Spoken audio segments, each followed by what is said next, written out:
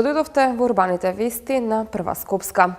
Во последниот квартал од 2017 година бројот на превезани патници бележи зголемување во патничкиот сообраќај и воздухопловниот, а намалување во градско, приградскиот и железничкиот превоз. Ова беше денеска веста на денот. Генералната најава ни ги соопштува останатите денешни информации. Студен бран од портокалова фаза, здравствени препораки до граѓаните. Реконструирана салата во основното училиште Димитар Поп Георгиев Перовски во Ѓорче Петров. Од Скопскиот аеродром отстранет споменикот на Александар Македонски. Отворена првата етно одаја во Скопје. Поради студениот бран која зафати Македонија, Комисијата за превенција од штетни ефекти од студени бранови при Министерството за здравство апелира да се избегнува физичка активност на отворено, бремените жени да се ослободат од работа и да се носи топла повеќе слојна облека, соодветни обувки за снег и мраз, како и почесто да се консумираат топли напитоци. Студен бран од портокалова фаза денеска ја зафати целата држава. Поради студениот бран, Комисијата за превенција од штетни ефекти од студени бранови при Министерството за здравство препорача да се ослободат од работа бремените жени и лицата над 60 години. За оние работници кои работат на отворено, се препорачува реорганизација на работното време од 10 до 16 часот, со повремени паузи по половина час во топли простории на секој 2 часа. Комисијата апелира да се избегнува физичка активност на отворено, а при движење да се внимава на лизгави површини и да се носи топла повеќе слојна облека, соодветни обувки за снег и мраз, како и почесто да се консумираат топли напитоци. Хронично болните лица редовно да ја земаат припишаната терапија. Во случај на настинка и потешкотии на дишењето, се препорачува граѓаните веднаш да се јават кај својот матичен лекар. Студеното време ќе трае до викендот.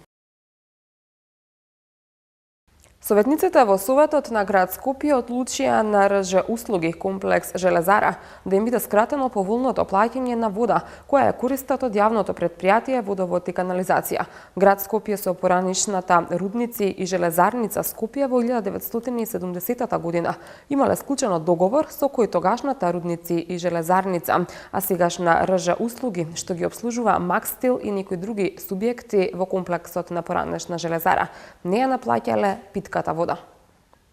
Советот на град Скопје едногласно ја донесе одлуката за утврдување на цена како надоместок на трошоци за обезбедено доведување на вода за РЖ услуги АД Скопје, комплекс Железара. Одлуката беше на предлог на скопскиот градоначалник Петре Шилегов, која ја поддржаа сите 38 присутни советници. Според советниците од ВМРО ДПМН се работи за исправна одлука, но требало да се слушне и спротивната страна, на што градоначалникот Шилегов рече дека не ја консултирале другата страна, затоа што нема да има повластено плаќање на услугите од јавното предпријатие Водовод и канализација за ниту една институција.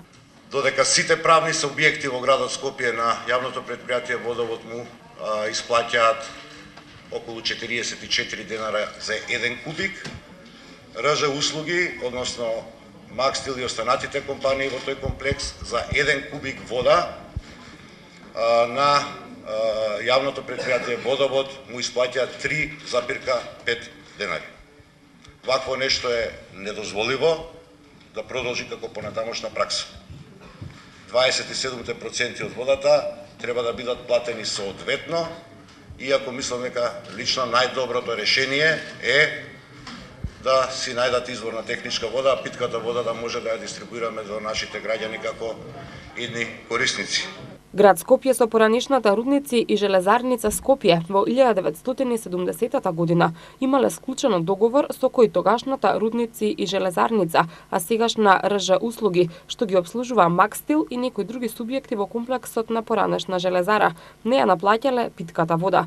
Имајќи во предвид дека ова може да предизвика и сериозна финансиска импликација на досегашните корисници на питката вода, Управниот одбор на Водовод и јас како градоначалник, тоа вас како совет ви предлагаме скалесто покачување на водата со цел да овозможиме на правните субјекти кои што досега уживале во така речи бесплатното користење на вода да имаат период на адаптација па предлагаме сегашната цена утврдена за 2018 година да изнесува 11,65 денари, за 2019 22,75 денари за метар кубен се износите, за 2020 година да изнесува 34,20 денари и во 2021 да биде изедначена со цената која што плаќаат останатите правни лица, правни субјекти во градот Скопје, 46,63 денари. Нов изглед по светски стандарди доби спортската сала во Општинското основно училиште Димитар Поп Георгиев Бировски во општина Ѓорче Петров. Од општината најавуваат реконструкција и на останатите спортски сали во училиштата во Ѓорче Петров. Спортската сала во Општинското основно училиште Димитар Поп Георгиев Бировски по 60 години денеска доби нов и модерен изглед. Имено направена е реконструкција во која е опфатен подот на салата, кој е повеќе наменски, односно освен за училишни може да се користи и за спортски сали.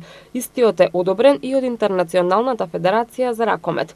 Исто така салата е и целосно внатрешно бојадисана. На официјалното пуштање во употреба на спортската сала присуствуваше и градоначалникот на општина Ѓорче Петров Александар Наумовски, кој нагласи дека физичкото образование е еден од најважните сегменти во образовниот процес, кој има повеќекратни позитивни ефекти врз идниот физички и психолошки развој на младите генерации. Ние како општина, како совет и јас како градоначалник сме навистина горди што направивме напори за толку кратко време да направиме една темелна реконструкција на внатрешниот дел на салата преку зголемени мерки за енергетска ефикасност и особено сме горди што поставивме под кој што е по европски и светски стандарди за да може децата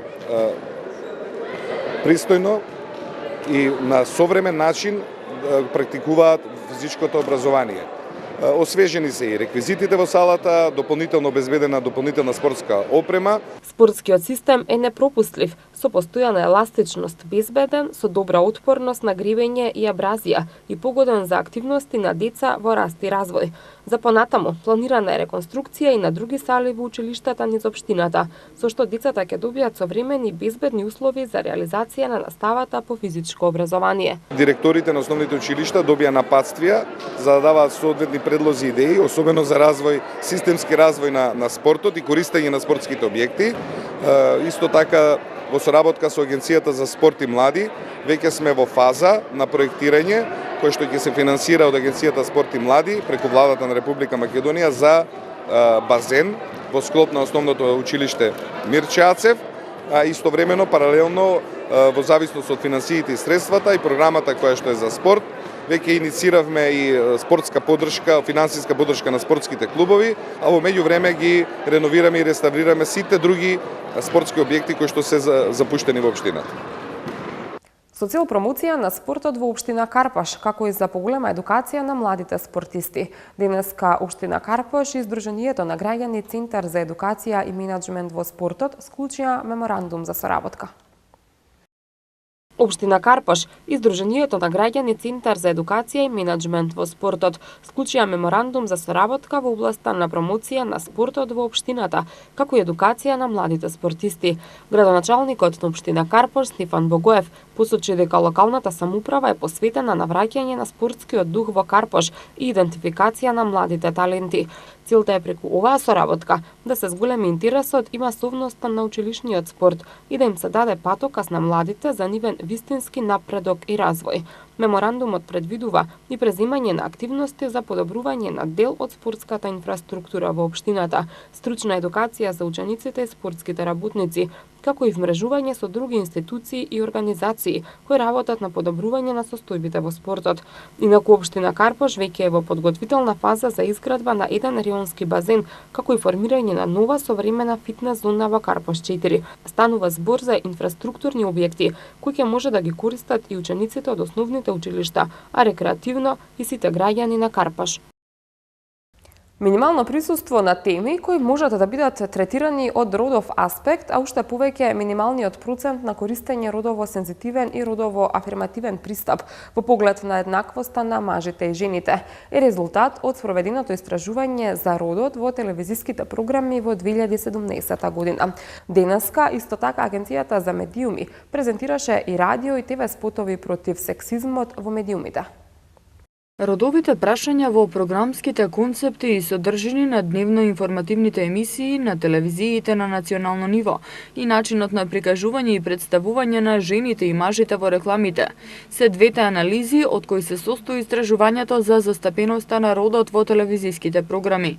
Резултатите од истражувањето покажуваат дека темите кои може да бидат обработувани од родов аспект не се препознаваат од новинарите и од ТВ куќите, а родовите прашања и теми имаат ниско ниво на застапеност во дневно-информативните изданија. Мажите, носители на високи јавни функции, се јавуваат во повеќе различни прилози на ниво на дневно издание на вестите, најчесто во улога на соговорници, а продолжува и трендот на користење машки граматички род како универзален во представувањето на професиите и функциите. Генерално, медиумите, темите поврзани со родот ги третираат неутрално, но се забележува делумно позитивен тренд онаму каде што бројот на уреднички е поголем. Овие резултати денеска Агенцијата за медиуми ги презентираше со цел да се сврти вниманието на медиумите кон препознавање на важноста на информирањето на родовите прашања. Истражувањето што се однесува за минатата година е спроведено од Институтот за општествени и хуманистички науки Скопје, чиј што тим го заврши финалниот документ на 29 декември 2017 година и затоа токму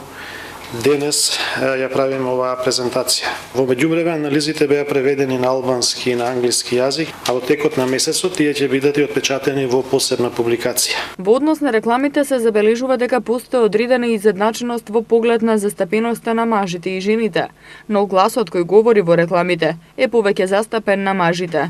Исто така денеска беа промовирани и 2 телевизиски и 1 радио спот во рамки на кампањата Сексизмот понижува, чија цел е подигнување на свеста кај јавноста и медиумските работници за важноста на родовата еднаквост и надминување на родовите стереотипи и предрасуди. По отстранувањето на надписот Александар Велики од интернационалниот аеродром во Скопје, отстранете и споменикот на Александар Македонски. Реакција по отстранувањето на споменикот доаѓа од Сдруженијето Тврдокорни, која најавува дека ќе го блокира Скопскиот аеродром во знак на револт. Од Скопскиот аеродром синоќа е отстранет споменикот на Александар Македонски, откако пред неколку дена беше тргнат и надписот Александар Велики. Споменикот на аеродромот беше поставен во 2011 година откако ТАВ стана концесионер. Одлуката за преименување на аеродромот и на автопатот беше донесена на седница на владата по почетокот на февруари годинава, а во знак на добра волја и затоплување на односите со Грција. Скопскиот аеродром го доби името Александар Велики во декември 2006 година со одлука на претходната влада. 2 години потоа и автопатот беше преименуван во Александар Македонски. Новото име на аеродромот е Меѓународен аеродром Скопје, а на автопатот Пријателство.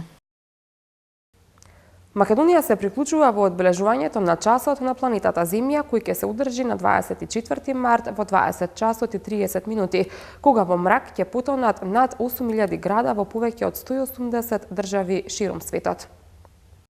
Во пресрет на најголемата светска еколошка акција Часот на планетата Земја, денеска тимот на ова движење официјално го промовираше глобалното видео од светската маркетинг кампања во која се појавува и инсерт од Скопје. Часот на планетата Земја, кој ќе се одржи на 24 март во 20 часот и 30 минути, представува најголема светска еколошка акција, која има за цел преку символично исклучување на осветлувањето во период од 1 час да испрати силна порака за спас на планетата. Рекламниот спот денеска се промовира на глобално ниво под слоганот "Поврзи се со планетата", кој е годинашното мото на светската еколошка акција Часот на планетата Земја, акција на Светскиот фонд за природа. На 24 март во 20 часот и 30 минути по локално време во мрак ќе потонат над 8000 града во повеќе од 180 држави широм светот, а меѓу нив и Македонија. Часот на планетата Земја почна како символичен настан во Сиднеј во 2007 година, а сега се одбележува во повеќе од 180 земји и територии како глобален момент на солидарност за планетата. За прв пат во Скопје е отворена етно-одаја во која се представени носии од Скопскиот регион, стари предмети од покукнина, како и сувенири изработени од членови на Сдруженијето на уметници, ракотворци, арт и крафт од Скопје. Во етно-одајата, која ќе биде отворена до 30 март, ќе има и едукативни работилници, каде што во живо ќе бидат представени стари занаети. Сдруженијето на уметници ракотворци Артикрафт од Скопје ја отвори првата етно одаја, во која се представени носи од Скопскиот регион, стари предмети од покуќнина, како и сувенири изработени од неговите членови. Председателката на Сдруженијето Гордана Митровска информираше дека оваа година Артикрафт, одбележувајќи 5 години постоење, успеа да ја отвори етно одајата со помош на членовите и поддршката на Министерството за економија. Опремувањето на етно одајата е со предмети и производи што ги работеле членовите. Нашата инспирација е жена, која на еден тивок начин успеала преку иглата и конецот, преку незиниот вез и облека, да го овековечи битот на нашиот народ, при тоа создавајќи везбена историја во која специфичните орнаменти, техники на вез и бои на конецот трајно го одбележале времето на незиното потекло и создавање. Митровска додаде дека со отворањето на етно одајата, Сдруженијето упатува порака до граѓаните дека традицијата, занаетот и коренот не треба да се заборави, бидејќи тоа е најголемото богатство на една држава и на една нација. Колекционерката на народни носии Доста Караѓозовска-Станковска посочи дека во етно одајата е изложен дел од незините носии, односно носиите од Скопска Црнагора и Скопска Блатија. На територија на Македонија постојат преку 75 различни носи. Кој е тоа богатство и која е таа, не знам, какви се тие мотиви да се изработат тие идеи, првин треба да имате идеја за да изработите. Деловите на носијата од Скопска Блатија претежно се состои од неколку дела, обавезно има кошула, нели, елек, фута, чорапи, марами кои обавезно се носеле на појасот и на главата. Во машката носија исто така има неколку елементи кои ја карактеризираат за овој крај. Тоа се ајтите, тоа се долги до колена кошули набрани во струкот, горните елеци или ајти, има појаси и гаки со чорапи. Сдруженијето Артикрафт ја збогатува збирката за етно одајата по пат на донации на стари етно предмети кои не им се потребни на дарителите. Тие може да бидат подарени на трајно користење или привремено отстапени. Во етно одајата ќе има и едукативни работилници, каде што во живо ќе бидат представени стари занаети, како ткање на разбој, копаничарство, грнчарство, опинчарство, изработка на срма и слама, филигран, пирографија, плетење и нижење монистра. Денеска во Македонија се одбележува долгогодишната традиција на правење и подарување мартинки кои символизираат здравје и среќа. Мартинките се носат до моментот на здогледување на првата ластовичка. Црвено-белиот засукан конец, наречен мартинка, денеска на почетокот на месец март се дава за здравје некому. Овој обичај се јавува во неколку форми, во зависност од државата каде се практикува. Во Македонија ги носат и мажи и жени.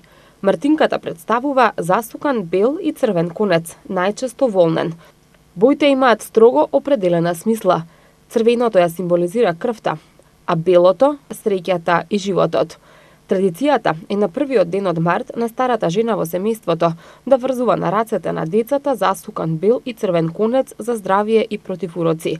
Затоа со мартинката се кити котлето во кое се дои првото млеко на Ѓурѓовден. Со мартинка се заврзуваат билките од Иванден. Мартинките се носат до појавата на првото процветано дрво или на првиот виден штрк, а во Македонија и до здогледување на првата ластовица. Потоа се ставаат под камен. Ако после еден месец под каменот има мравки, годината ќе биде берикетна. Традицијата вели уште дека среќа носи таа мартинка која ти е подарена. Во рамки на традиционалната манифестација Среќна баба Марта 2018 во трговскиот центар Амстор Мол во Скопје изложени се рачно изработени мартинки од Македонија, Бугарија и Романија.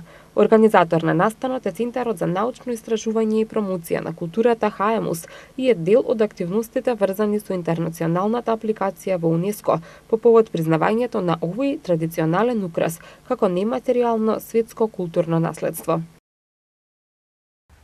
Регионалниот центар за управување со кризи информира дека заради изведување зафати во дистрибутивната електромрежа, утре без струја ќе бидат делови од општините Бутел и Кисела Вода. Заради изведување зафати во дистрибутивната електромрежа, утре без струја ќе бидат делови од општините Бутел и Кисела Вода. Во периодот од 8:30 до 15 часот, корисниците од дел од улицата Александар Урдаревски во околината на фирмата Винце Комерц во општина Бутел ќе бидат без струја. Прекин во снабдувањето со електрична енергија од 9 до 10 часот ќе имаат корисниците од дел од булеварот Србија, фирмите Евразија, Пластекс, Крка, НГН, Флуид, Живинокооп, Грос, како и нестопанските објекти на улица Борис Трајковски, броевите 4, 6, 8 и 18 во општина Кисела Вода. Во истата општина од 9:30 до 10 часот и 30 минути. Без струја ќе бидат корисниците од дел од булеварот Србија, фирмите Автосервис Скендировски, Микроасу, Гранд Експорт, Енергосистем и другите во околината, како и нестопанските објекти од улицата Христо Татарчев од број 2 до број 15. Повисоки температури кои преку ден ќе достигнат и до 17 степени и врнежи од дожд на повисоките места и снег на планините, најавуваат метеоролозите за утре. Утринските температури утре ќе се движат од -5 до 3 степени, а дневната ќе се движи од 3 до 9 степени. Во Скопје времето утре ќе биде променливо облачно со повремен дожд. Температурата ќе го достигне 7 степен. Дневната температура во сабота ќе биде од 3 до 11 степени. Во недела од 5 до 14, а во понеделник од 3 до 12 степени. Значителното затоплување ќе услови нагло топење на снежната покривка.